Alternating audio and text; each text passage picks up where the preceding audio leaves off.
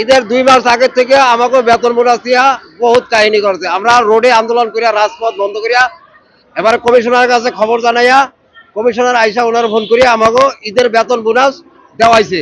এ আমাকে লাগে বহুত আগে থেকে এরকম কারণ লোক বহুত খারাপ, ঠিক আছে।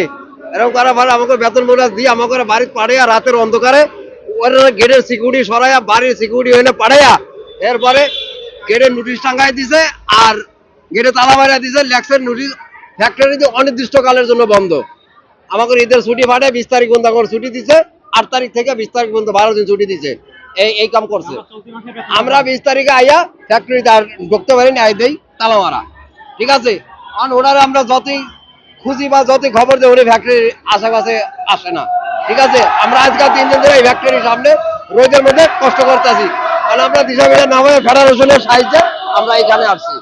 আমরা এখানে আছি শ্রম মন্ত্রণালয়ে অভিযোগ জানানোর জন্য। আমাদের ফ্যাক্টরি বন্ধ করে দিছে এই জন্য।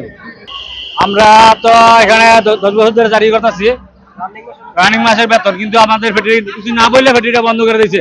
আমরা 20 তারিখ থেকে মালিকের অপেক্ষা করছিলাম যে এটা খুলে কিনা, এই জন্য 20 তারিখে আমাদের অফিস খোলা হয়েছে। আমাদের বন্ধ দিয়েছে 20 তারিখ পর্যন্ত, 20 তারিখে অফিস খোলা কথা ছিল, কিন্তু এই জন্য আমরা অপেক্ষা করছিলাম 2-3 দিন অফিস খুলে কিনা, এই জন্য অপেক্ষা করছিলাম। আমরা আসছি কেন, আমাদের মালিক আমাদের না জানাই আর নোটিশ টানাইছে ফ্যাক্টরি বন্ধ। এই মাসেটা আছে ছুটি দিয়া 20 তারিখে ছুটি হয়েছে ঈদের, আমার ঘরে ছুটি দিয়া কইছেন তোমরা বাসা যাও, 20 তারিখ অফিস খোলা। তো আইসে আমরা ওখানে আমার না জানা রাইতে আধারে আসছে নোটিশ টাঙ্গায় তারা মেরে চলে গেছে। না আমরা 3 দিন থেকে ওয়েট করছি কোম্পানি আসবো, কোম্পানি আমার সাথে কথাবার্তা বলবো, কিন্তু কোম্পানি আসেও না, কথাবার্তা বলে নাই। আজকে আমরা 3 দিন পরে এই জায়গায় আসার আমরা আয়োজন।